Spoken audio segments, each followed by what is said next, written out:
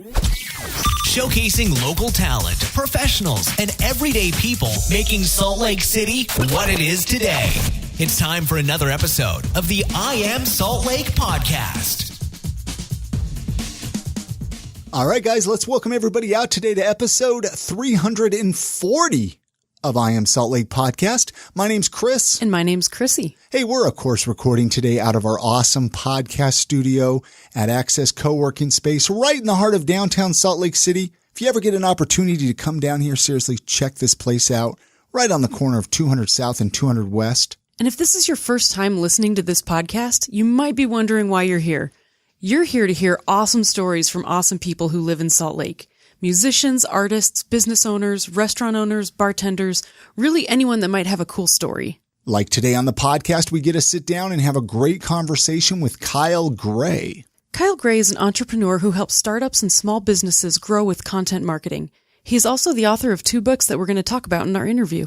But before we jump into that interview, let's, of course, give some love to our sponsors for this episode. 5 Wives Vodka, Product Power Up, and Blip Billboards. We're going to be telling you more about them a little bit later on in the podcast. But listen up, guys. This is my favorite time of the year here in Salt Lake City. It is farmers market season.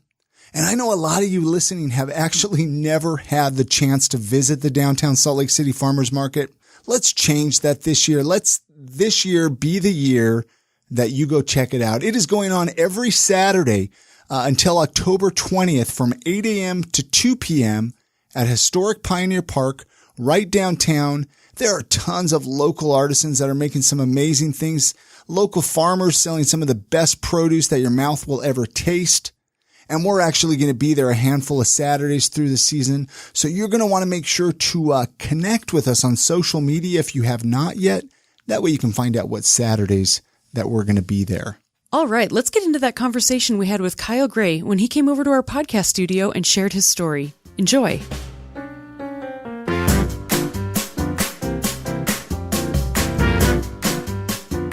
This has been a fun question. I've been throwing it out to people. What did your childhood smell like? Oh, that's a good question. Maybe like horse poop. Horse poop. Yeah. I'm assuming you grew up on like a farm then? I didn't really. I grew up in Park City, in Park Meadows, which is kind of a neighborhood inside of Park City. But my mom was a prolific endurance horse racer.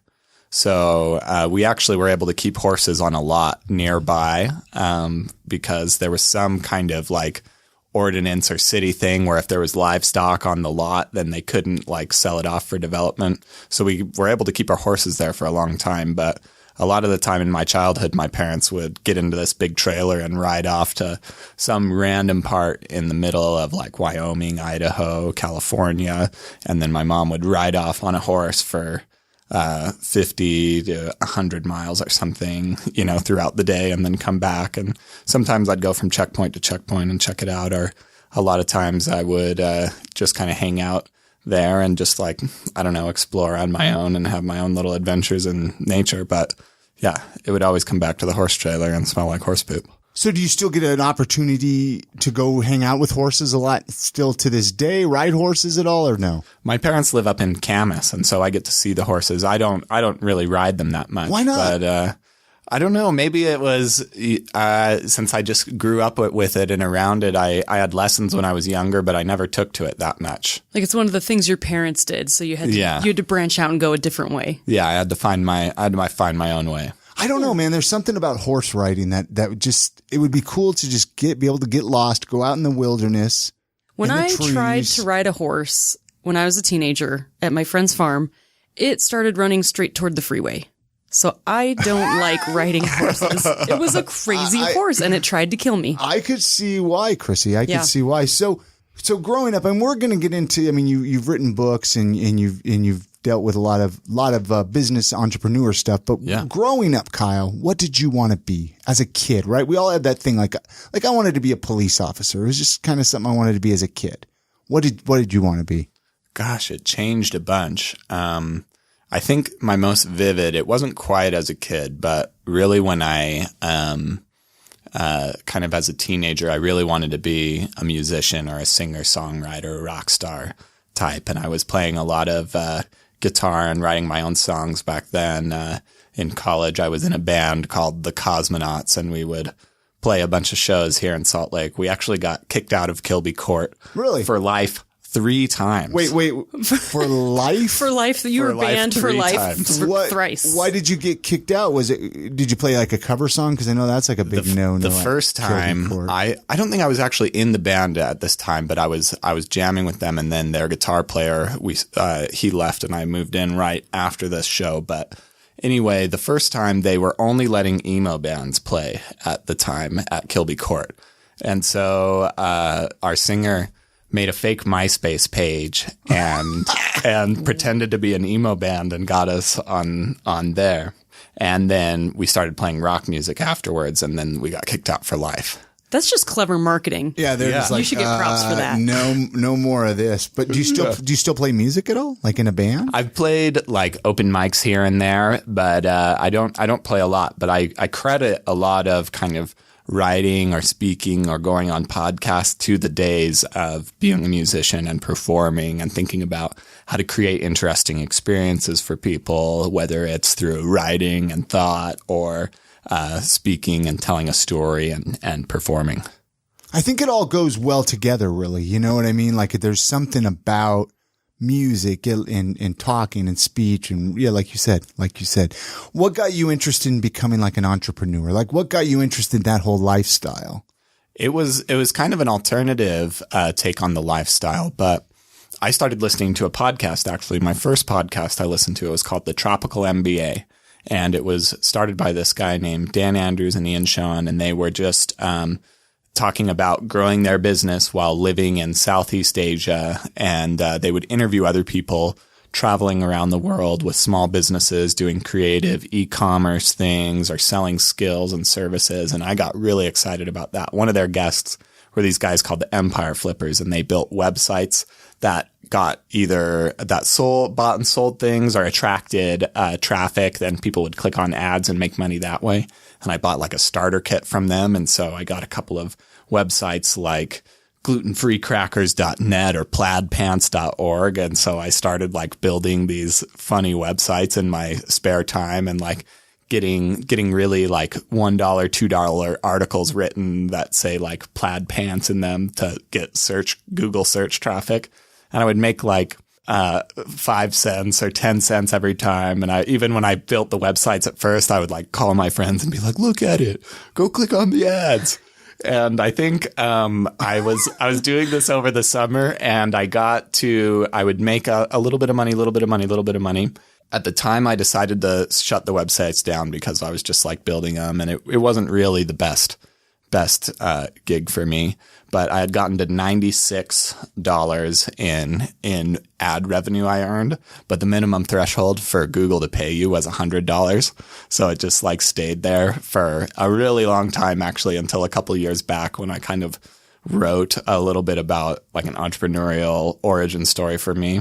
And at the end of the post, I like put a little, I still had the old ads account. So I put a little banner at the bottom of the post and said, by the way, these ads are linked to that account. And so then shortly thereafter, a couple of people helped me out, and I finally got those $100. Finally got that. And you were like, you took somebody out to dinner, right? Maybe, Yeah, I can't remember exactly what I did. Awesome. There should have been something special with that. But that was a funny, just finally close that loop. Yeah. So do you still do anything with websites, like affiliate marketing or anything like that, or not really? I'll do a little bit, just like mentioning tools that I use in the articles that I create. I don't create so many websites anymore. I mostly just focus on my own, thestoryengine.co.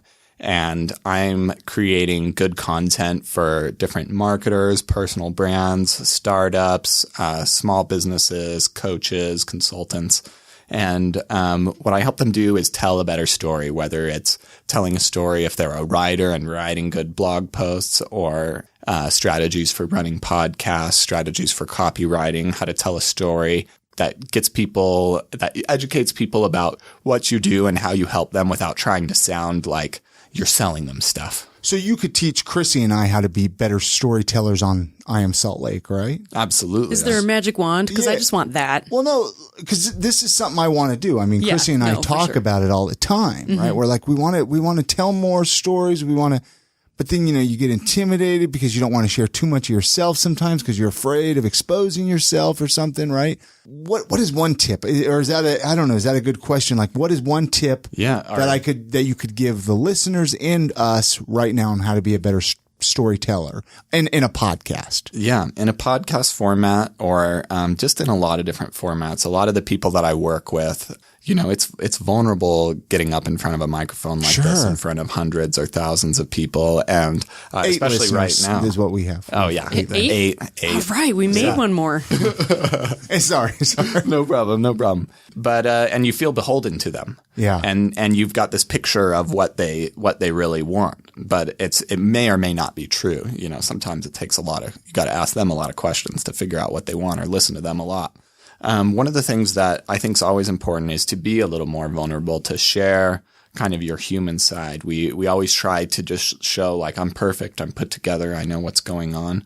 But to connect a couple of moments of vulnerability right around the same places that you want to relate to your audience. So I work with a lot of health and wellness entrepreneurs and doctors that also have health stories in their own right. Maybe I work with this doctor who's really good at healing gut problems, and she suffered from an array of things kind of in her years at college that almost put her out of college. But because of the work she did on herself and figuring that out, she was able to heal herself, and so she was her own first case study. And so by telling her own story and sharing what she went through, and it says, okay, well, I can trust this person. They're ordinary. I can relate to them. It's a story that's easy to see yourself in their shoes. But you want to also tell a story that kind of frames you as being special or having knowledge or having experience. So I've been there, but I've seen the other side. I know I can empathize with you, but I've found the solution, so that they know, okay, they have something that they can share too. They're vulnerable. They're like me, but they have something valuable. And then that also like explains why you're doing what you're doing. So why you're doing this podcast. And we were talking a little bit about before that, but you've just got an innate interest in Salt Lake and the culture and what's happening here and the unique story that's unfolding. Well, everybody has a story, right? Yeah. So that's why I want to bring them on the podcast and have them share their story. My thing, though, a lot of people, and I know Chrissy and I have even ran into this, where we feel, well, we don't live that exciting of a life, but not everybody. The thing is most people feel their life isn't very exciting, and that's a big thing. Often, Chris will say, "Why don't you share more?" Like to me, because I've kind of gotten away from sharing myself for some reason. I don't know. And I think to me, it's like, oh, well, nobody wants to know what I'm doing. But nobody wants to know false, who I am. Yeah. When you say, what? Yeah, so what do you tell people like Chrissy? So in that case, well, I suffer from it too. To be honest with you, until very recently, like I have even to this day, I have a hard time. Like, I've got a lot of different mixed friends on Facebook, and it's a hard time to, like, if I get featured on something or land a new deal, it's hard to just talk about myself. It feels weird, promoting yourself and telling those stories. And so, and you're also opening yourself up to people being negative towards you. Sorry, I cut you off. No, I appreciate that. It's hard for us to kind of really feel good enough and excited enough about ourselves because we're doing it every day and we're like, oh, everybody podcasts, everybody knows about these kind of things. And so you always downplay yourself because it's familiar. But you've got to really connect with that, and you've got to be as excited about yourself as it is as other people around you are. And so maybe by connecting with some of the people you've impacted, it helps you feel like, wow, I've got something good here. But you've got to believe it in yourself to put it out there, and if you want other people to believe and resonate with that too. But it takes courage, and it's scary when you put it out there, especially at first. What would you say some of the benefits of sharing your story is? Because there's actually been really cool things that has happened to people for just getting out there, just sharing with the world their story, like say through a platform like Facebook or a podcast or a blog. I'm sure you've seen it, right? Maybe stuff that's happened from people sharing their story. All over well, I can tell 100 different stories. When I worked for WP Curve, it's a startup based in San Francisco, but both the founders are Australian. But anyway, I was working for them and creating content for them, and we would create a monthly report saying, like, this is what we are doing this month. These are the people we're trying to hire. We were facing these problems, and we're trying to solve them this way, and this is what we published. And that's how it did. And it didn't attract the most traffic or the most people, but it attracted like interesting startup founders who wanted to see what we were doing. And by telling our story and being vulnerable in what was happening in the company, which a lot of people thought was just totally craziness to share, like how much money we were making this month versus last month, people would just reach out and say, oh, I heard you were struggling with finding a good social media person. I know just the type. Or I heard you guys were trying to find this kind of developer. I know how to help you with that. I think more importantly and more personally, just sharing your story and sharing who you are as a coach or as a teacher of some kind can really help build a lot of trust with who you are. I have a friend who's a fitness coach, and she has this really awesome online program. And a couple weeks or months ago, she hadn't really talked about herself or why she does fitness or why she's been interested in it. And, a lot of people, they just assume, oh, well, you're fit, so you must have just, you're just like that. Born this way, right? Uh-huh.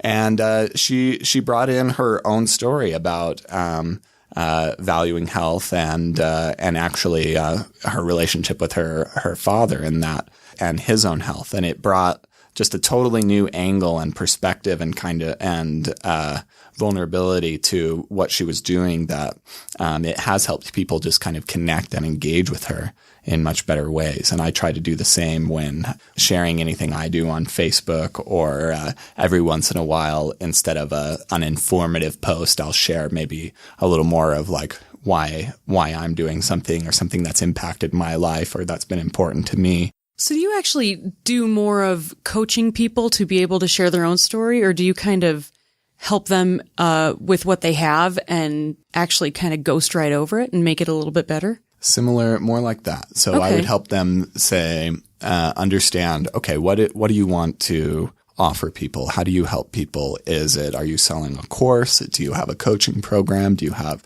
a different service? And then we think, okay, well, what do people need to know about what you do? We help them build a process and tell a story around, well, first, I add this ingredient, then that ingredient, then that ingredient, and help them put it together in a way that makes sense and is easy, because we get stuck in the details too often. Yeah.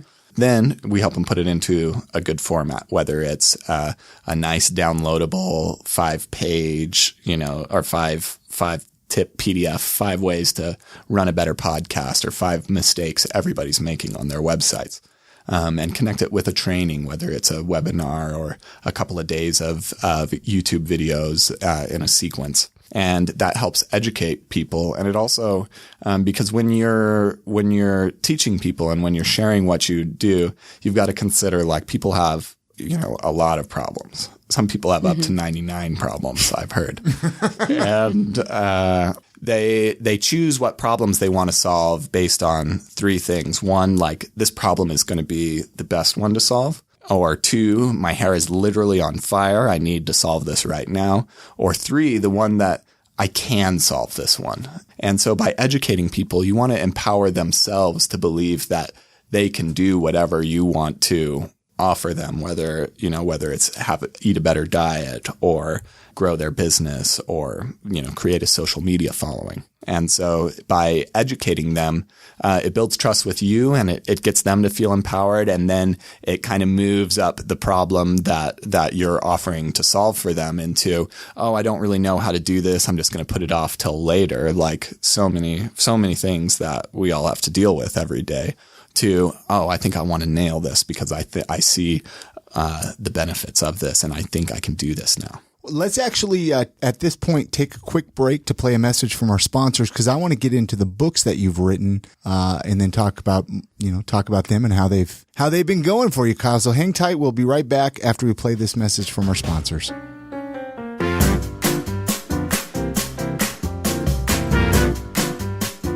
All right, it's that time of the podcast where we take a couple minutes, tell you about our awesome sponsors. These are some great local businesses that are helping support the podcast. So when you support them, you're supporting us here at I Am Salt Lake. Hey, this episode of the podcast is sponsored by our friends at Blip Billboards.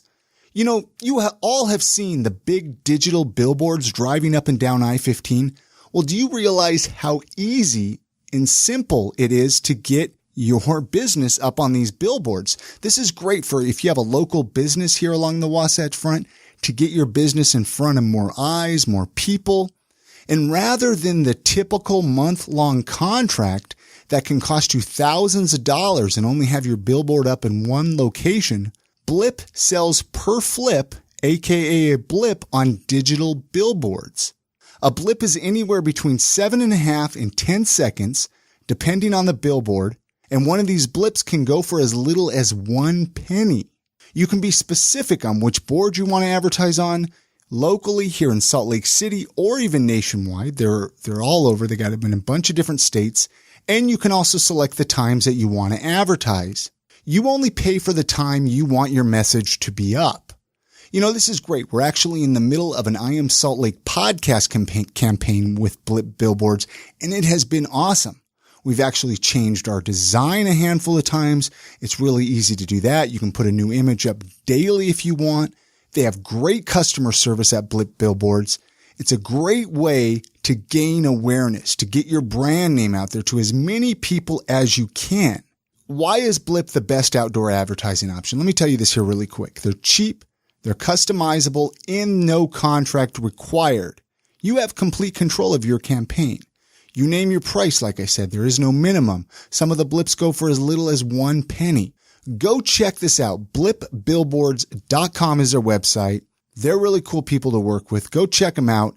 And many thanks to Blip Billboards for sponsoring this episode of the podcast. All right, this episode of the podcast is sponsored by Product Power Up. This is the best and biggest conference geared solely to product people and the companies they create.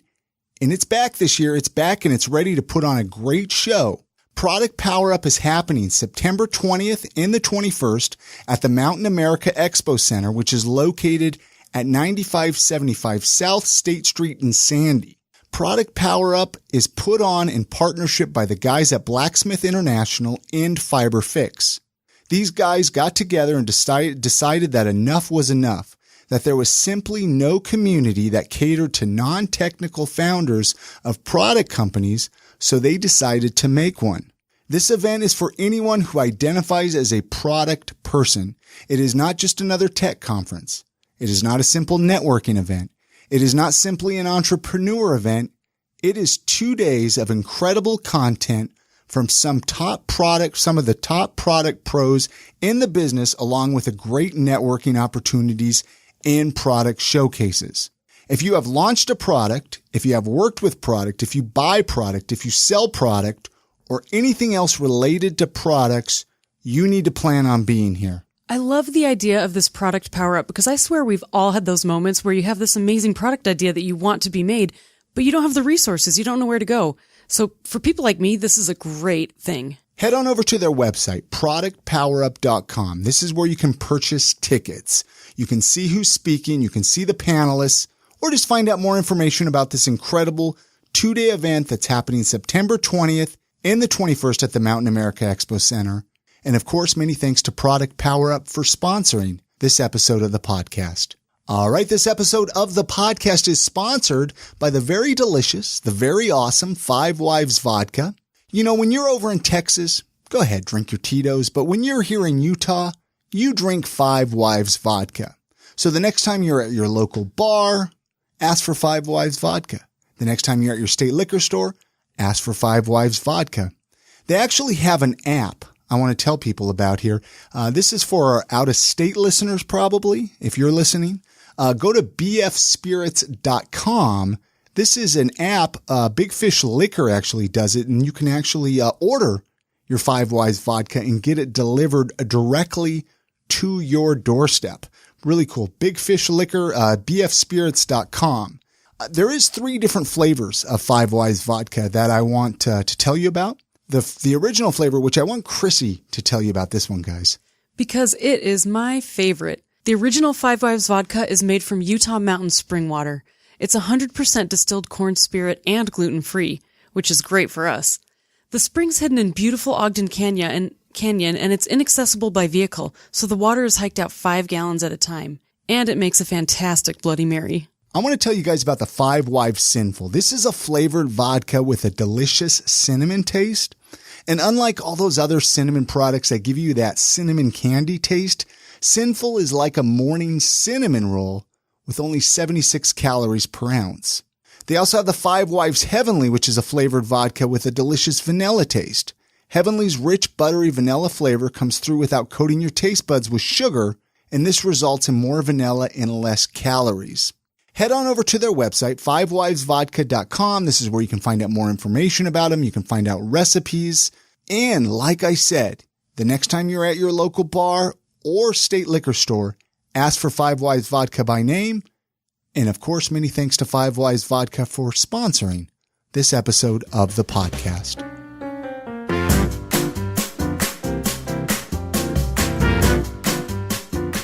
Anyway, we're back here with Kyle Gray, who you've written 2 books, right? The 2 books I'm actually holding in my hand, The Story Engine and The College Entrepreneur. The Story Engine is your newest book, right? Yeah. How long ago, like how new of a book is this?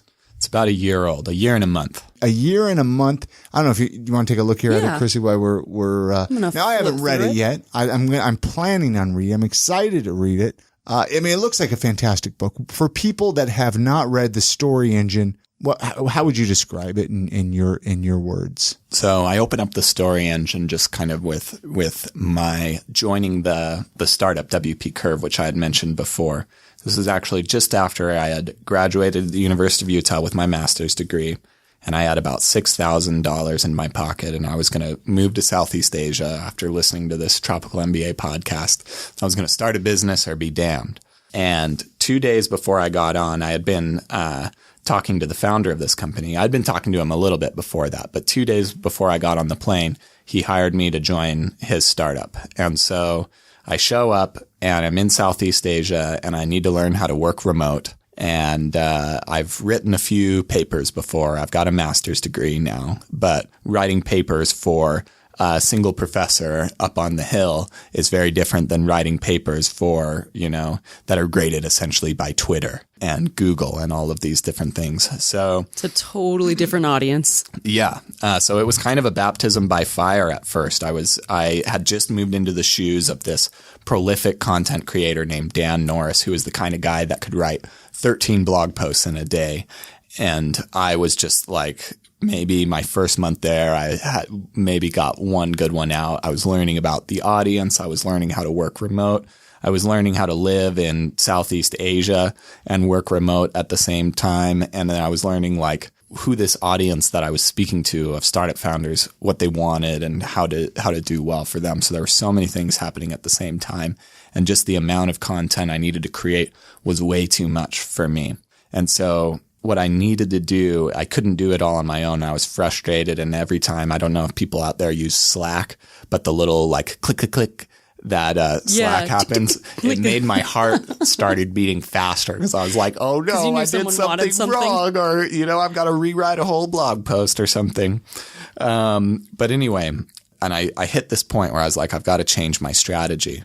And I was encouraged to bring other writers to help me do writing, but it was just like herding cats at first, where I would tell them to do something, and then they would do something completely different, and then it was just like back and forth between me and the founder. And I was trying to be like, "Is this good?" He's like, "No, these things aren't good." Okay, hey, those things aren't good, and then it was just like this mess. Was there like a problem with the end writers understanding the vision? There was. Of the founder? They wanted to understand the vision, and we needed to spell out very clearly like exactly the kind of quality we wanted to the degree where it's like, we want this image to be this many pixels wide because that's what will happen when we publish it. And so I started taking every little piece of feedback that the founder gave me or that I would send to the writers and put it into little style guides and documents and put it into these templates where I could start to communicate our vision for the message we want to send and also the specific details of how we want to send it in a way that the writers, instead of like going back and forth and being like, oh my gosh, this process is so difficult to, wow, I've never had such an amazing like style guide. Thank you. So we were able to we started hitting those goals of hitting, it was just 10 long form, well-written blog posts every month. And I started getting the team of writers and traffic started to grow really nicely. And we continued to tell the story. Dan never published another post on WP Curve as soon as I started working. But after nobody was really noticing that he had stepped away. So we had succeeded in creating something that was true to his original voice and was scalable. I have a question about that. I've never heard of writers creating a style guide. Is that something that is common, or is that something that you just decided to implement? It's brilliant. I think there's basic style guides for journalists use them, but we were using it like I built mine almost to flow with our process. So it would be like phase 1 would be like step 1, read our content strategy. Step 2, look at our best blog posts. And I would link to a couple and I would just do it in exactly like, these are the exact steps that I want you to follow when you're thinking about writing for me. To get them in the mindset.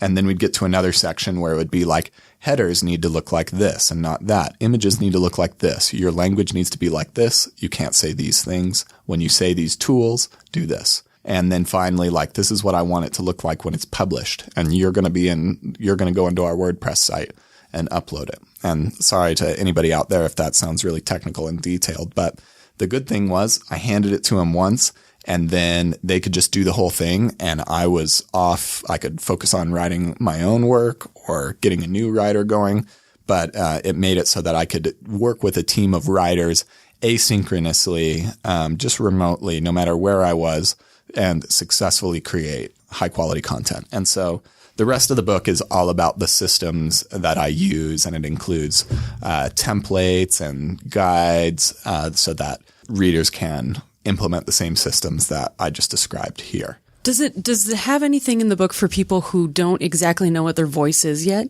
to help you kind of create your voice and then follow through? So I give you some prompt questions about like, what is your mission? What are you really trying to do? And I think that that's some of the most important and challenging things to figure out. And sometimes it just takes testing it out yourself.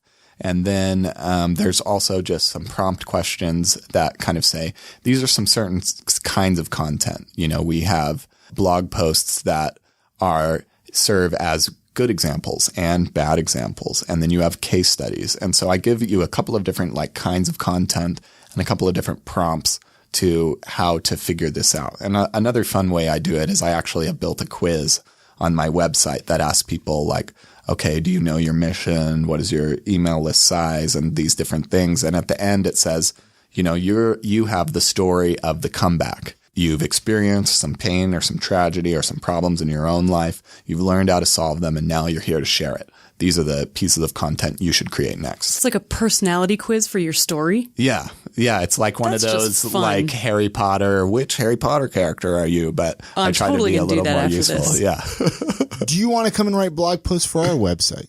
I'm just kidding. Yeah. So are you still blogging at all? Do you still blog? I do it a lot for myself. For your own website? For my own website. And it's actually, my writing has almost evolved into a podcast, strangely enough, where for a long time I was interviewing people just because I wanted to get other content on my site, but I was interviewing them to write. But now I just have actually turned it into a podcast where I've decided I just really like talking to and engaging with interesting people and asking them great questions. But so I still create a lot of content on my site. I've still got books in the works. These ones, I always had like a big impetus for both of these that I don't quite have with this one. And the other one, I don't know if I mentioned I think I mentioned the college entrepreneur. This was your first book. That was the first one. Yeah. Okay, let's talk about this for just a second. We'll pop back and forth.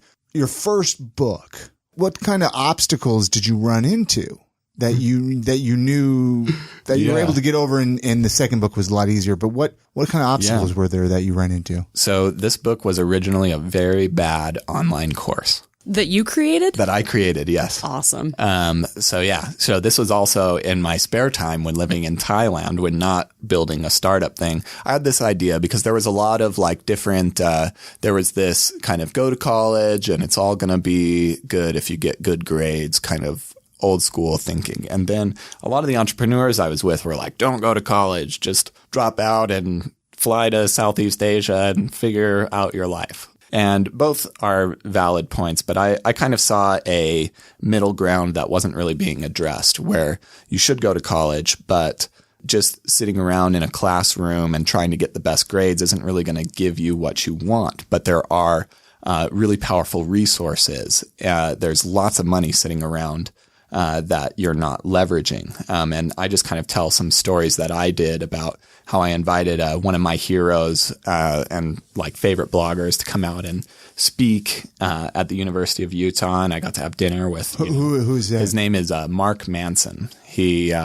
recently released the book, The Subtle Art of Not Giving Up. Oh, I love that book. Yeah, amazing. That's right, because he's a pretty big blogger too. He's a huge, prolific you got blogger. him to come out here and speak? Yes. So how long ago was that? Did I totally miss it? No, this was a while ago. This was like 2013. Yeah, it's probably before I even knew about that book. Yeah. Yeah, it was well, before he only the book wrote it, was what, written. a year or two ago, maybe? Yeah. Great book, by the way, for people that are listening.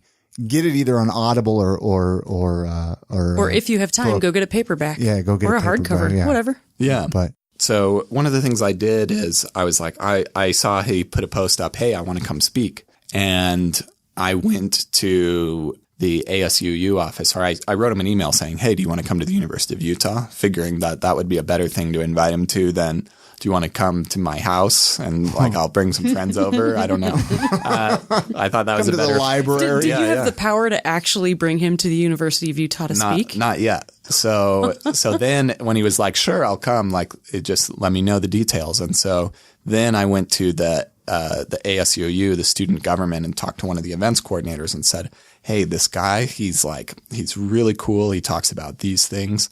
Can I have, some money to have him come? And in a conversation, I got as much money, allotted to me in this project as like the students who I passed in the hall along the way waiting 100 long for a scholarship, that they have a 1 in 1,000 chance of getting.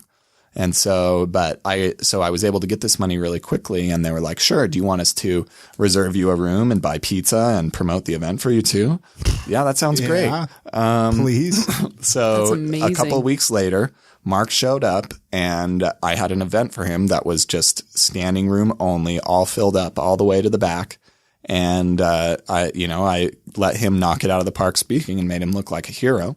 And then I got to hang out and have dinner with him afterwards and show him around Salt Lake City. And so it was like I got to fly in a hero for no money of my own. And so the book is kind of lots of different strategies like that. How can you look at college and the resources there for you a little bit differently? And how can you use it to graduate with more than just a degree? So are you still putting on events like that at all? I haven't been putting on events specifically. I actually closed that loop not long ago by leaving copies of this book around the University of Utah, and somebody invited me to come speak. Really? Oh, that's cool. So at the University of Utah? At the University of Utah. From leaving the book out. That's a good And trick. I left the book around with my phone number in there. Though I won't disclose the exact numbers. I was really proud that they asked me what my fee was going to be, and it was more than what Mark Manson had asked at the time. But I was just like, yeah, it's going to be this much. And I didn't think they would go for it. And they were like, sure. Very cool. I actually thought about doing that with the podcast, is recording some of the episodes on like a blank CD and leaving them around. No, I'm just, wouldn't that be cool? No one has a CD player anymore. It's the USB ports everywhere that they like stick them in the brick walls and stuff. I actually, there was a wedding podcast that I heard actually burned episodes of their podcast and left them at like wedding stores. Where people go to rent tuxes and wedding dresses. Yeah. And they left them like on the counter or something like that for people to take. It's a smart idea. And get exposed to the podcast. But back to the books here, Kyle. Somebody like myself who might want to write a book.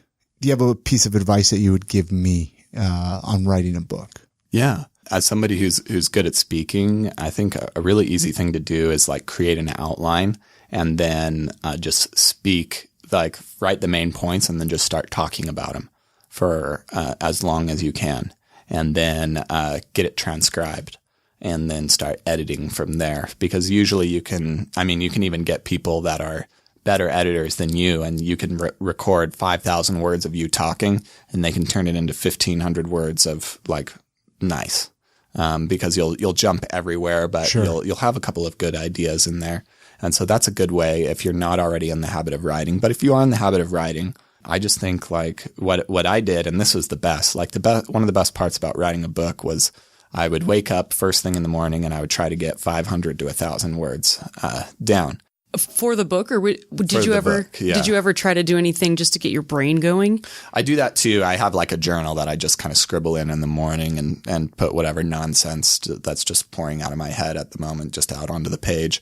But with this, I would I had an outline and I would know what chapter I'm working on, but I would just try to get a little bit of words done every day. And then the day was awesome. Like you couldn't have a bad day because you were like, I just wrote a book this morning, or I was writing a book, so you can't touch me. Like, this is an awesome day. Very cool. So that was nice. And you got plans for another book too, you said, or multiple books probably? I'm writing another book right now. I just finished actually the audiobook for the story. So it's an Audible now? It's just barely launched an Audible a little while ago. And this is actually a fun thing tying back the band stories. So this book, I put it out there on Facebook saying, hey, does anyone in Salt Lake have experience recording audiobooks?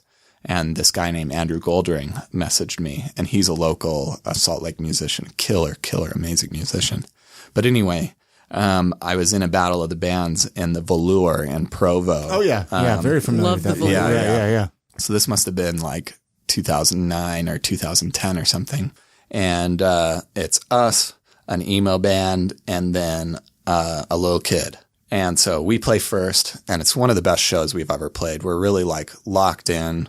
We're not getting kicked out of the venue for life mode, well practiced. That's a good goal. Yeah. And it was really like one of the most flawless shows we did. I remember having a great time. Then the emo band came on and we were like, okay, well, they're from Provo. They brought a lot of friends. And then this kid gets on and he's got like this little purple amplifier and like, red pants. And I'm like, this is going to be cute, whatever.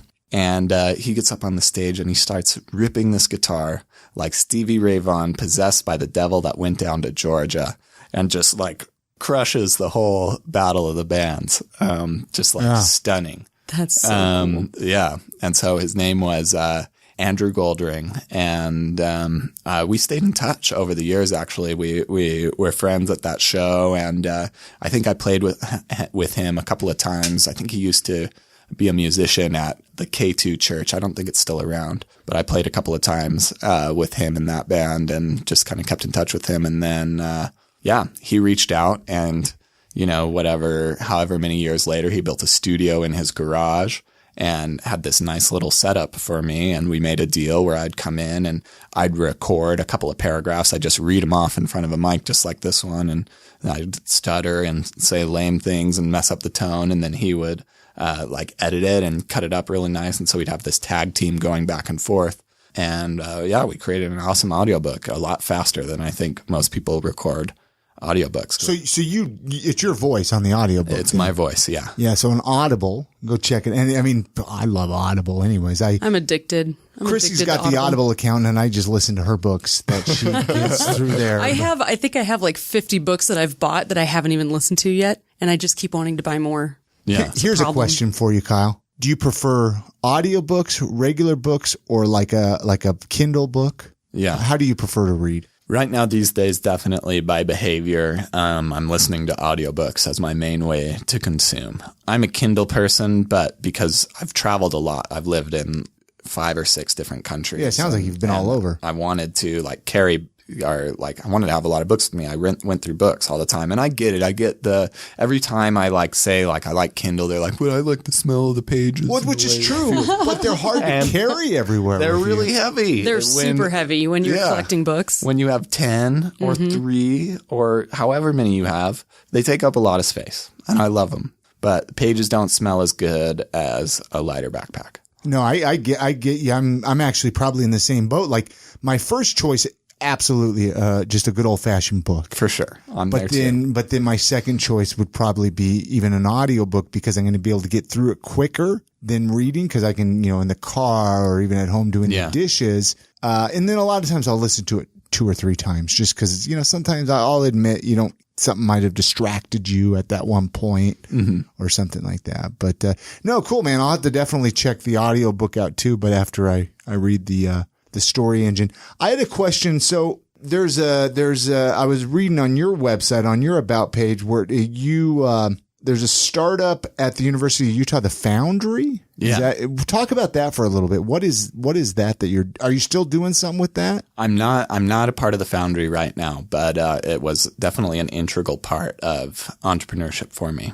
The Foundry started, I think, in 2008 or 2009, and I was a part of it around 2012 or 13 when I was finishing out my master's degree. But it was basically like a mastermind group for entrepreneurs, where students would decide, I want to build this kind of business, whatever kind of business. Each week, the only homework was you need to write down the plans that you're going to make and the things that you're going to do, the progress you made during the week, the problems you're facing, and what priorities you had. And just by collecting that all in a nice, simple, clean way, it enabled us to have really good conversations each morning and each Monday morning and say, hey, you should try this. Hey, you should try that with your business. And so it allowed people to really move faster, provide support, and solve problems and hold each other accountable. And so it was just this great little kind of laboratory where students could start building and growing businesses. And that's probably where I started some of my niche website, plaidpants.org adventures into, I think I tried to start a leather jacket company. Like a real leather jacket. A leather jacket company. When working for the study abroad office, I had traveled to Morocco to scope out locations. We had a location in Alexandria, Egypt, but this was right around the time of the uprising there. So not such a good study abroad location when that's happening. So I was like, I'll find a new spot. Send me to Morocco. And going through due process, of course, that ended up getting approved. And so one of the things there was I went to one of these tanneries where they were like, hey, check out this leather jacket. Like, if you don't like the color, we can change it in 24 hours. Or if you don't like the sleeves, give us 2 hours and we'll fix it. And I was like, this is amazing. Wow, like custom leather work. Yeah. So I was cool. I wanted to think of some kind of way that they could almost design a jacket like they were picking out a video game character, like sleeves or not. What kind of pockets do you want? Do you want the motorcycle style or the, rocker style or whatever? And I was trying to What year was this?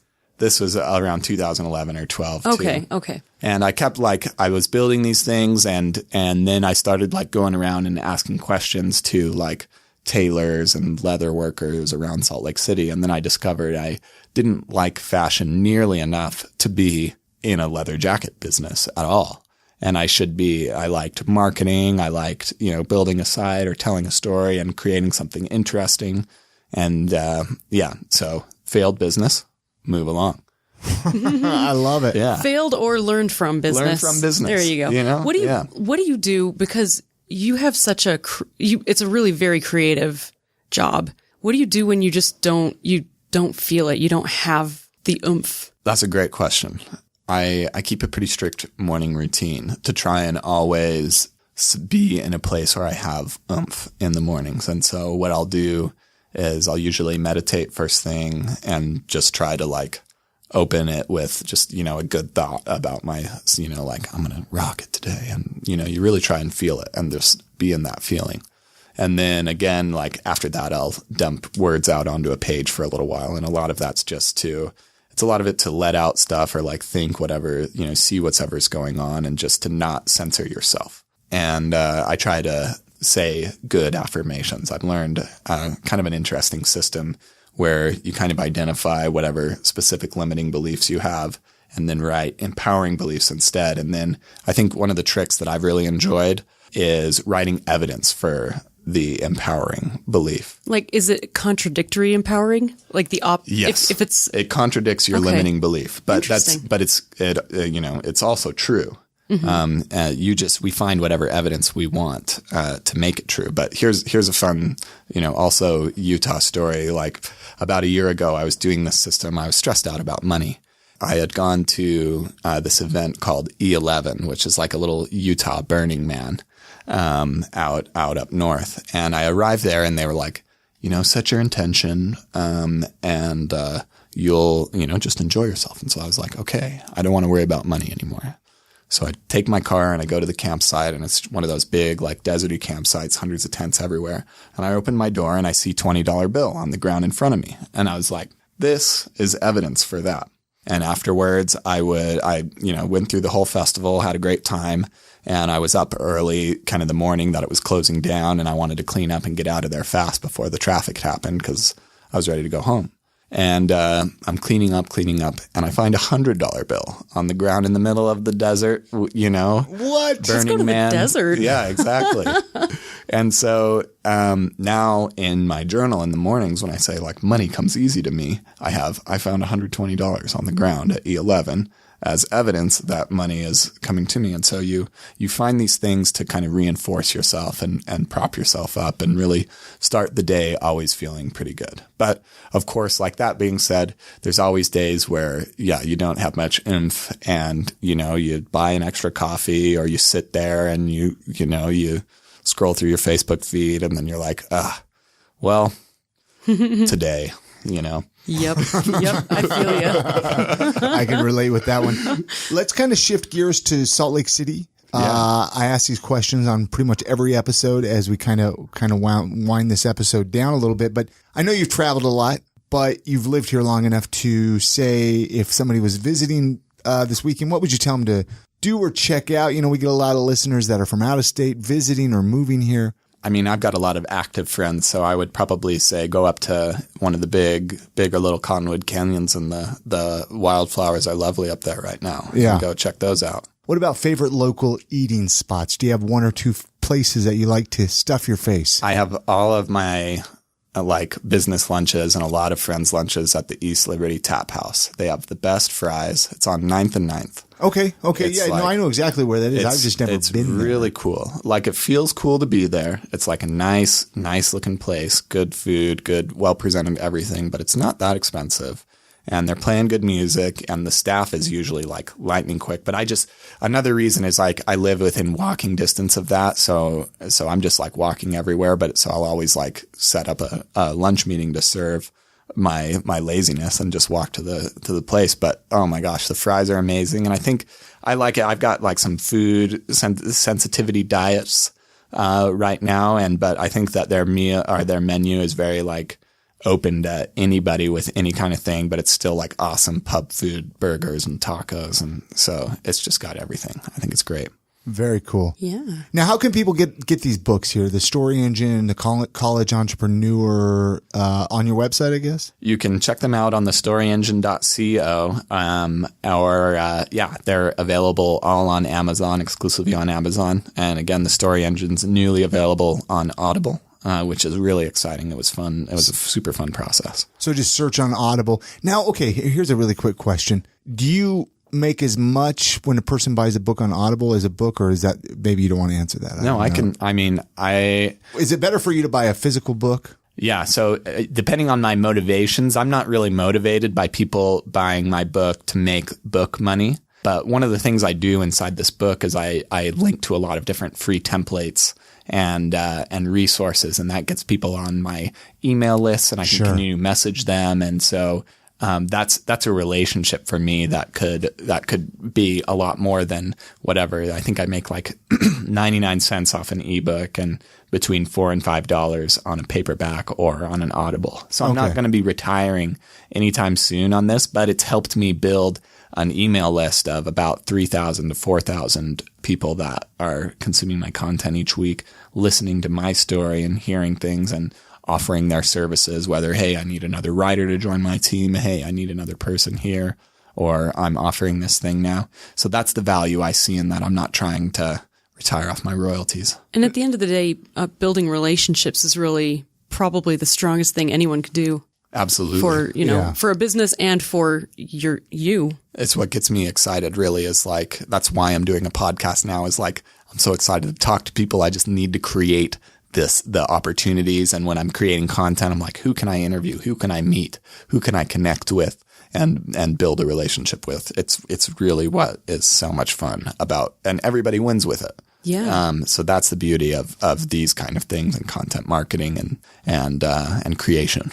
What's the story behind the podcast? When's it going to be out? I'm not sure when it's going to be out. I've just completed my 3rd interview today. So let's put them up tonight. Oh yeah, I definitely want to have.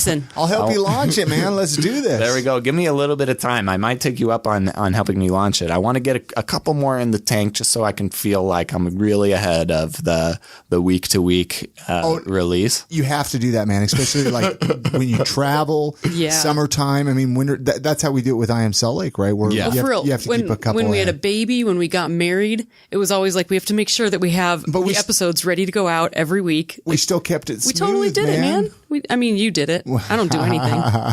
Did you mention your website? TheStoryEngine.co. And then there's KyleGray.io, right? KyleGray.io. I don't really publish on that site as much anymore. So at least a lot of that's kind of my personal thoughts. But I haven't put so much on there. And then a lot of the stuff's on the storyengine.co right Okay. now. Well, cool. I'll put those links at iamsaltlake.com as well with this episode.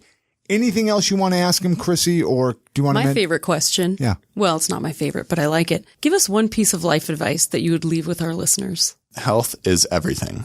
With your health, if you don't have good health, it's harder to, you can say family, but you want to be there to take care of your family. You don't want to be relying on your family, and health comes from that. Health is so important for just your everyday, how you feel in the day, how your biology, the opportunities you see.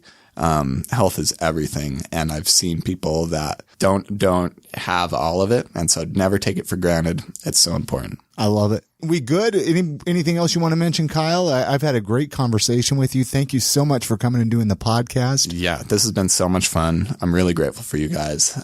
So thanks for having me here, and thanks for everybody listening. Oh, absolutely. Thanks for sharing your story. Yeah. And I always tell people, let's catch up down the road, right? Thanks so much, man. All right, guys. Many thanks again to Kyle Gray for joining us on this episode of the podcast. Head on over to our website, iamsaltlake.com/340 for episode 340. This is where you can find all the links to get in touch with him. You can buy his books right there. Go reach out to Kyle and let him know that you heard him on this episode of the podcast. Don't forget to visit our website at iamsaltlake.com.